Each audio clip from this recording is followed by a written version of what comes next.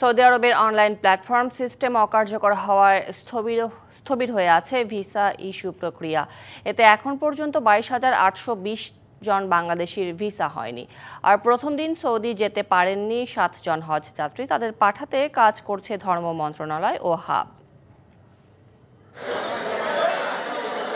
হজযাত্রার প্রথম দিনে সকাল থেকেই আশকোনার হজ অফিসে প্রস্তুতি নিচ্ছে যাত্রীরা। যারা ভিসা ও টিকিট পেয়েছেন সেরে দিচ্ছেন ইমিগ্রেশনের যাবতীয় কাজ।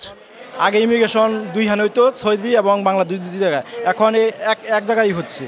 এতে এখন হাজিদের কোনো ভোগান্তি নাই। আমার অনেক আশা ছিল যে আমি আল্লাহ পাকের ঘরে যাব, আল্লাহ কবুল করছে। আলহামদুলিল্লাহ, আপনাদের কাছে সবার কাছে দোয়া চাই আল্লাহ যেন আমাকে কবুল করে, সমস্ত হাজিদেরকে যেন কবুল করে।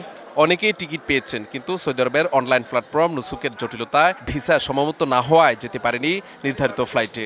এজেন্সির মাধ্যমে যাই নাই প্রতারণার কারণে। এখন সরকারিভাবে তো দেখছি যে আরো বেশি বিভাগে ফার্স্ট ফ্লাইটের লোক টিকিট ওকে ভিসা নাই, কেমন কথা হলো? আমারটা পাইছি, আমার শাশুড়িটা পাইছে, কিন্তু আমার স্ত্রী ভিসা এখনো পাই নাই। খুব টেনশনে ভুগতেছে, যেহেতু আজকেই আমাদের ফ্লাইট। জটিলতা কাটিয়ে নিবন্ধিত সব হজযাত্রীর সৌদি গমনে নিশ্চিতে কাজ করছে সরকার। আমাদের মন্ত্রণালয়ের সাথে এই বিষয়ে কথা হয়েছে। যে সকল হজযাত্রী ভিসা জটিলতার কারণে ফ্লাইট বাতিল করেছেন তাদেরকে ভিসা হওয়া সাপেক্ষে কোনো রকম ছাড় ছাড়াই এয়ারলাইন্সগুলো তাদের টিকিটটা আবার ইস্যু করে দিবেন এবং ইনশাল্লাহ তারা হজে যাবেন।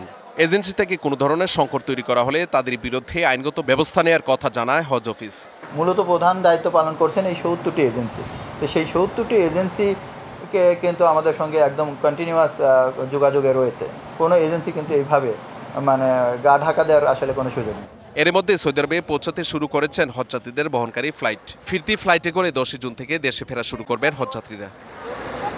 Mahmudul Hasan Nazim, DBC news, Dhaka.